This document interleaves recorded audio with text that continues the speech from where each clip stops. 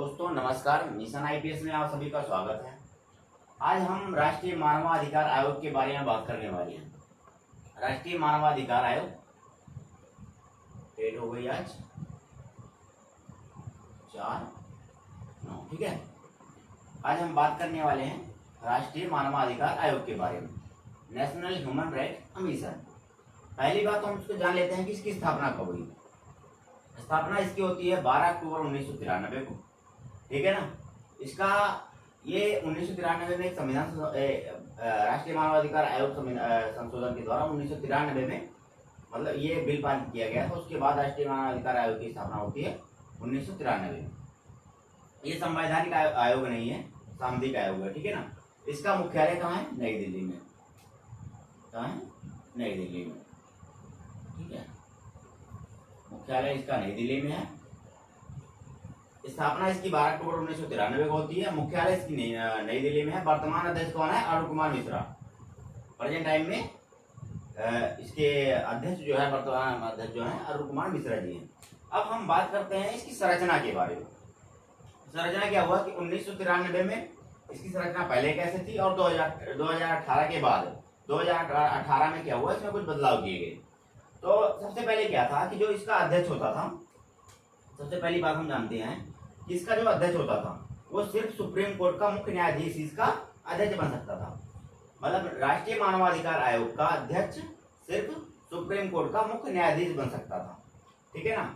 दूसरी बात इसमें अब क्या हुआ कि 2018 के बाद जब संविधान इसमें चेंज लाया गया तो क्या हुआ कि अध्यक्ष सुप्रीम कोर्ट का कोई भी न्यायाधीश, मतलब सुप्रीम कोर्ट का मुख्य न्यायाधीश, और अगर मुख्य न्यायाधीश नहीं रहा है, सिर्फ जज ही रहा है, अगर, ठीक है ना, अगर मुख्य न्यायाधीश नहीं रहा है, सिर्फ जज ही रहा है इसका सुप्रीम कोर्ट का, तो वो भी नियुक्त हो सकता है। 2018 के बाद बदलाव लाया गया कि सुप्रीम कोर्ट का कोई चाहे जज हो, ठीक है ना, और चाहे वो मुख्य न्यायाधीश हो, वो भी क्या हो सकता है, नेशनल ह्यूमन राइट कमीशन का अध्यक्ष बन सकता है। दूसरे नंबर पे क्या बात हुई, दूसरा सदस्य सुप्रीम कोर्ट का जज हो, मतलब सुप्रीम कोर्ट का कोई भी जज हो वो दूसरा सदस्य नियुक्त किया जाएगा। पहला सदस्य कौन होगा? अध्यक्ष होगा। अब इसमें मतलब संरचना के साथ साथ ये भी पता चल रहा है आपको कि कितने सदस्य भी होंगे। अब इसमें क्या हुआ, दूसरे में इसमें कोई बदलाव नहीं किया, दूसरा का जैसे का है वैसे रख दिया गया कि दूसरा सदस्य सुप्रीम कोर्ट का कोई जज हो वो नियुक्त होगा, ठीक है ना, राष्ट्रीय मानव अधिकार में। तीसरे में कोई बदलाव नहीं किया।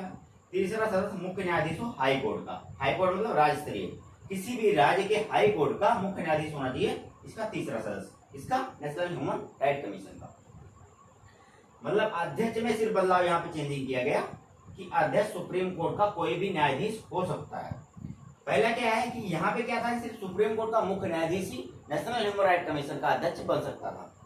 अब क्या हुआ है प्रेजेंट टाइम में कि अध्यक्ष तो बन सकता है, पर कौन बन सकता है? सुप्रीम कोर्ट का कोई भी न्यायाधीश, मतलब मुख्य न्यायाधीश भी और अन्य भी न्यायाधीश जो है वो नेशनल ह्यूमन राइट कमीशन के अध्यक्ष बन सकते हैं 2018 के बाद। अब क्या हुआ है, चौथा नंबर क्या है कि इसमें 2 सदस्य राष्ट्रीय मानवाधिकार के जानकार के, मतलब इसमें 2 सदस्य और जोड़े जाएंगे। मतलब नियुक्त कितने बंदे होंगे? पहले तो एक अध्यक्ष हो गया, दूसरा सदस्य सुप्रीम कोर्ट का जज हो गया, तीसरा सदस्य क्या है, मुख्य न्यायाधीश हाई कोर्ट का हो गया। अब चौथे नंबर पे क्या है, इसमें 2 सदस्य राष्ट्रीय मानवाधिकार के जानकार के जोड़े जाएंगे। ये कब? 1993 में था, मतलब 2018 से पहले। अब प्रेजेंट टाइम में क्या किया गया, 3 सदस्य मानवाधिकार के जानकार नियुक्त किए जाएंगे। मतलब 3 सदस्य मानवाधिकार के होंगे जिसमें से एक महिला का होना आवश्यक है। अब क्या हो गया देखो, चौथे नंबर पर बदलाव किया गया। पहले नंबर पर बदलाव किया गया, अध्यक्ष सुप्रीम कोर्ट का कोई भी न्यायाधीश होगा, ठीक है ना, पहले सिर्फ मुख्य न्यायाधीश होता था। चौथे नंबर पे सदस्य 2 थे, लेकिन अब क्या हो गए, 3 सदस्य हो गए राष्ट्रीय मानवाधिकार के जानकार, लेकिन उसमें एक महिला का होना जरूरी हो गया। अब 5वें नंबर क्या है, इसके 4 पदेन सदस्य, मतलब ये तो नियुक्त होते हैं और ये 4 पदेन सदस्य होते हैं इसके। कौन? अल्पसंख्यक आयोग के अध्यक्ष, अनुसूचित जाति आयोग के अध्यक्ष, अनुसूचित जनजाति आयोग के अध्यक्ष, महिला आयोग के अध्यक्ष। अब इनमें बदलाव क्या किया गया कि राष्ट्रीय पिछड़ा वर्ग आयोग का अध्यक्ष, बाल अधिकार संरक्षण आयोग के अध्यक्ष, दिव्यांगों के लिए मुक्त आयुक्त, ठीक है ना, BNHRC के सदस्य होंगे। अब इसमें क्या है, 4 पदेन सदस्य अल्पसंख्यक आयोग के अध्यक्ष, अनुसूचित जाति के आयोग के अध्यक्ष, अनुसूचित जनजाति आयोग के अध्यक्ष और महिला आयोग के अध्यक्ष। कितने सदस्य हो गए इसमें? 4 पदेन, ठीक है, पदेन 4 हो गए, ठीक है। इनमें कितने हो गए? चार चार तो ये रहेंगे ही रहेंगे। अब 3 इसमें और जोड़ दिया गया। 3 कौन से जोड़ दिए? राष्ट्रीय पिछड़ा वर्ग आयोग का अध्यक्ष, बाल अधिकार आयोग का अध्यक्ष और दिव्यांगों के लिए। टोटल कितना हो गया? 4 + 3 7। ठीक है, 7 सदस्य कौन हो गए? पदेन। पहले कितने थे? 4। ठीक है ना। और अब इनमें अब नियुक्त होने वाले सदस्य कितने हो गए? पहले कितने थे? पहले इसमें पदेन 4 थे और एक अध्यक्ष हो गया और दूसरा सदस्य सुप्रीम कोर्ट का हो गया, तीसरा ये हो गया, 3 ही हो गए, 2 1 5। 5 + 4 बराबर टोटल 9। पहले कितने होते थे? 9। ठीक है, अब कितने हो गए? एक अध्यक्ष हो गया। ठीक है, 2 बंदे ये हो गए सुप्रीम कोर्ट का जज और मुख्य न्यायाधीश का। कितने हो गए? 2 1 3। 3 और 3 ये सदस्य 6 और ये 7, तो 6 + 7 बराबर 13। मतलब अब क्या था? पहले इसका सदस्य कितने थे? 5 4 9, 7 6 13। मतलब अब कितने हो गए? 13 सदस्य हो गए पदेन सदस्य को लेकर के। पहले कितने होते थे? 5 4 9, मतलब 9 सदस्य होते थे। 5 नियुक्त किए जाते थे और 4 पदेन होते थे। आप 2018 में कितने हो गए? 6 नियुक्त किए जाते हैं, 7 पदेन सदस्य के, टोटल 13 सदस्य हो गए। अब क्या है कि अब एक बदलाव इनमें और किया गया, तो मैं आपको बता रहा हूं।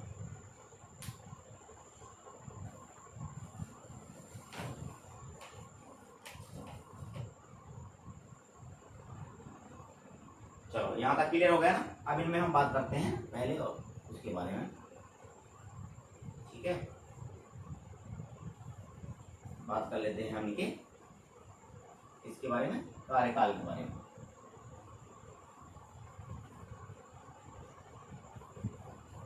ठीक है, चलो ये भी मिला दूं।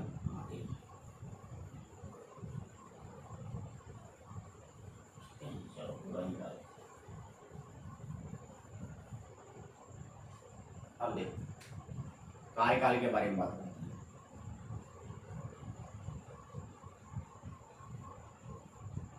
पहले क्या था और अब क्या है? ठीक है, देखो पहले क्या होता था? पहले इनका कार्यकाल होता था कितना? 5 वर्ष या 70 वर्ष। मतलब 5 वर्ष या 70 वर्ष, मतलब या तो ये 5 साल पूरे कर रहे हो या तो इनकी उम्र 70 साल पहले हो रही हो। ठीक है ना, तो 5 वर्ष हो या 70 वर्ष पहले इनका कार्यकाल था। अब इनका कार्यकाल क्या हो गया है? 3 वर्ष, 3 वर्ष या 70 वर्ष, 3 वर्ष या 70 वर्ष, ये अब हो गई है। लेकिन अब इसमें एक बदलाव और है। पहला तो ये हो गया, अब पहले दोबारा नियुक्त नहीं हो सकते थे, ये नियुक्त नहीं हो सकते थे।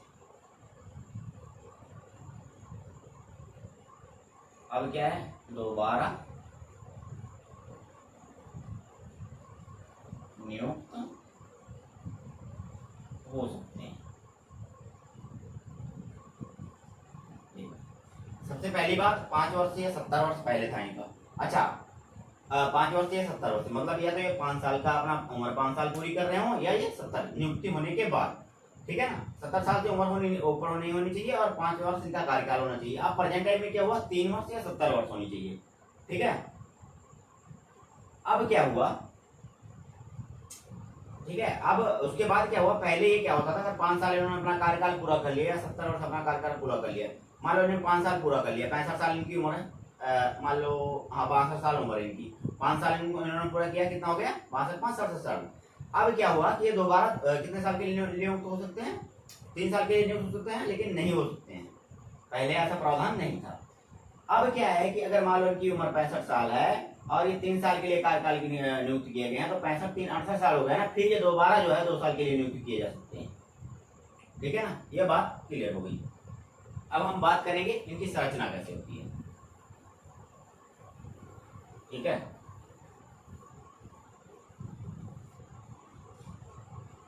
अब हम संरचना के बारे में बात करने वाले हैं। संरचना इनकी क्या है, नियुक्तियां कैसे हो सकती हैं। देखो सबसे पहली बात तो एक 6 सदस्यीय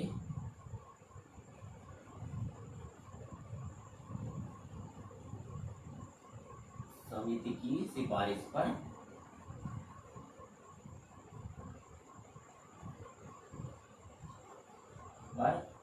किसके द्वारा? राष्ट्रपति द्वारा।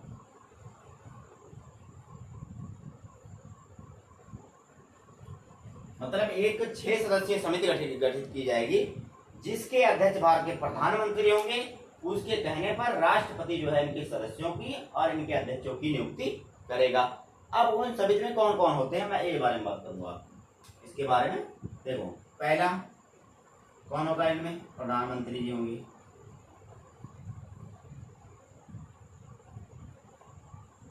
प्रधानमंत्री हो गए। दूसरे कौन हो गए?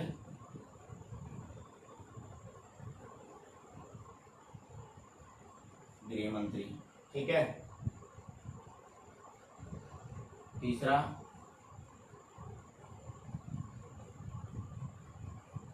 लोकसभा अध्यक्ष। ठीक है। चौथा राज्यसभा उपाध्यक्ष।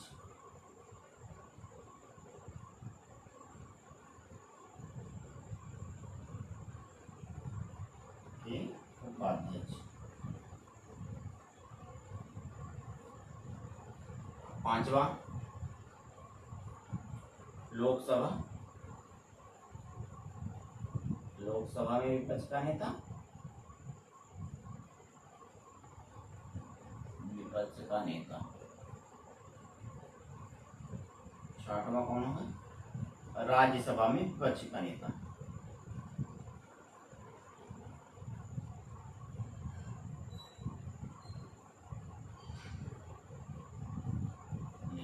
अच्छा, अब क्या होगा कि इसकी जो राष्ट्रीय मानवाधिकार का आयोग का अध्यक्ष होगा उसकी नियुक्ति कैसे होगी? एक 6 सदस्यीय समिति की सिफारिश पर राष्ट्रपति द्वारा। और ये सिफारिश जो करेगी ना ये बाध्यकारी होगी, मतलब राष्ट्रपति को मानना ही जरूरी है कि हाँ इन्हें नियुक्त करना बाध्यकारी है ये। अब उनमें कौन होगा? प्रधानमंत्री इस समिति का अध्यक्ष होगा। फिर उसके बाद भारत का इसमें गृह मंत्री होगा, लोकसभा अध्यक्ष होगा, राज्यसभा का उपाध्यक्ष होगा, लोकसभा में विपक्ष का नेता। लोकसभा में विपक्ष के नेता। 6वां नंबर पर क्या है? राज्यसभा में विपक्ष का नेता। ये लोग मिलकर के क्या करेंगे? एक मतलब ये एक समिति बन गई और ये समिति जिसको बोलेगी कि हाँ इसको राष्ट्रीय मानवाधिकार आयोग का अध्यक्ष नियुक्त किया जाए, तो वो क्या होगा कि राष्ट्रपति क्या होगा? बाध्यकारी है इनकी बातों को मानने के लिए, तो राष्ट्रपति उसको ही नियुक्त करेगा नेशनल ह्यूमन राइट कमीशन का अध्यक्ष या सदस्य। अब हम इसके बारे में और बात करने वाले हैं।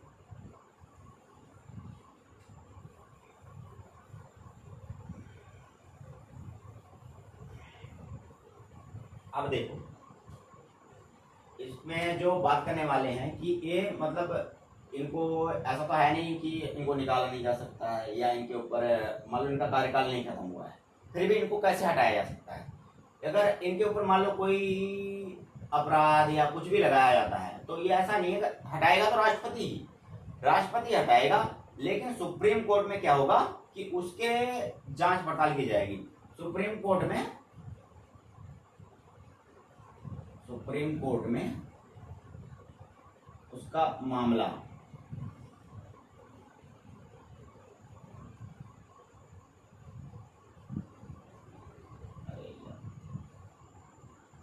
उसके मामले की जांच की जाएगी।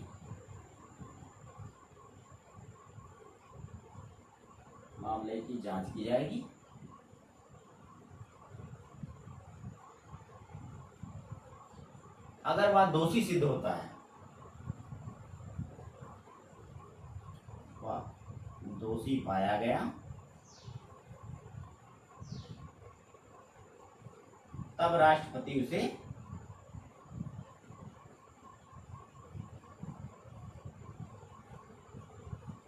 हटा सकता है। देखो क्या होता है कि अगर मतलब उसको कोई किसी ने बोल दिया कि ये नेशनल ह्यूमन राइट कमीशन के लोग मतलब जो सदस्य हैं या उसके अध्यक्ष जो हैं इस मामले में दोषी हैं, तो ऐसा तो है नहीं बस राष्ट्रपति उसके कहने पे हटा देगा, नहीं। उसकी बात क्या होगी? सुप्रीम कोर्ट में जाएगी। सुप्रीम कोर्ट में क्या होगा कि जो बेंच बनाई जाएगी या कुछ मान लो 3 जजों की बेंच बनाई गई, मुख्य न्यायाधीश उस पर सिफारिश करता है या कहता है, तो उसके बाद क्या होगा कि ये मामला उसके ऊपर सिद्ध किया जाए हाँ ये इस बारे में गलत है, उसके बाद ही राष्ट्रपति उसे हटा सकता है। कौन? ये सिफारिश कौन देगा? सुप्रीम कोर्ट की। हाँ, ये इस मामले में दोषी पाया गया है, तब इसको राष्ट्रपति हटा सकता है, उससे पहले नहीं हटा सकता है। अच्छा, कुछ बातें और जान सकते हैं इसके बारे में। पहली बात ये जांच कहाँ कर सकता है? ये कहीं किसी घटना स्थल पे जाकर के जांच कर सकता है, घटना स्थल पे जाकर के जांच कर सकता है, घटना स्थल पे जाकर जांच कर सकता है।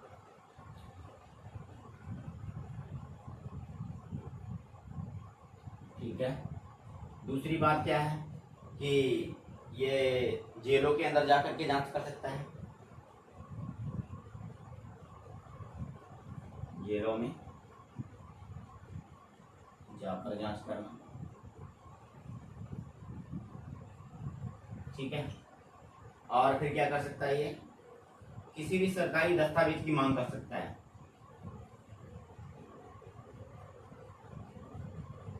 सरकारी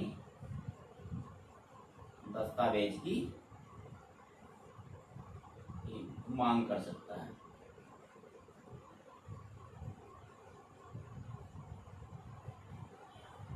मांग कर सकता है।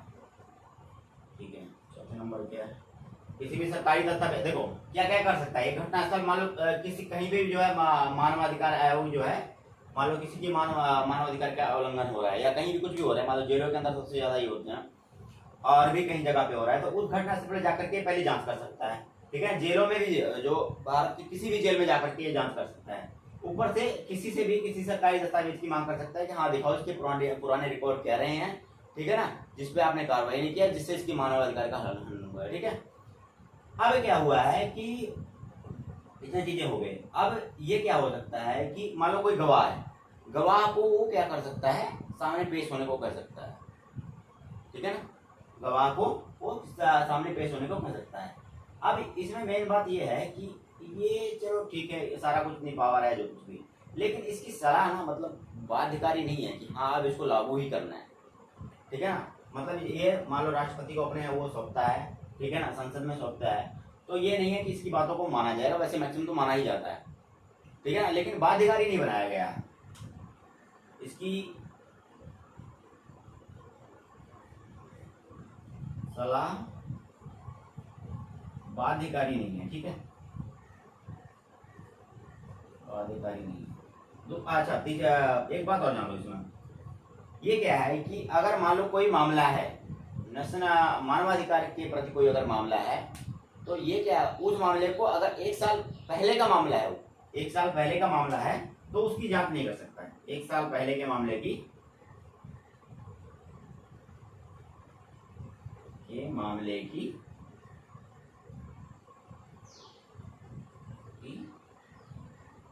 जांच नहीं कर सकता है। कौन?